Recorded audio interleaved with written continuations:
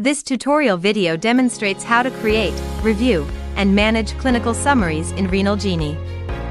Before we begin, don't forget to like, subscribe, and turn on the notification bell. Once a clinical summary is created, email notification will be sent to both the PIC and the patient's nephrologist. Doctor can click View Clinical Summary in the email notification. This will direct you to the clinical summary. Doctor can review the clinical summary together with the related clinical information attached.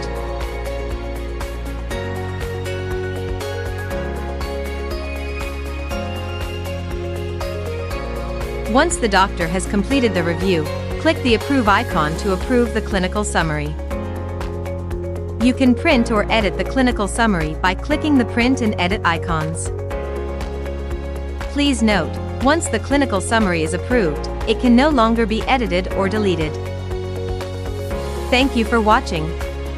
Subscribe to our YouTube channel to stay updated on the latest features and enhancements in RenalGenie.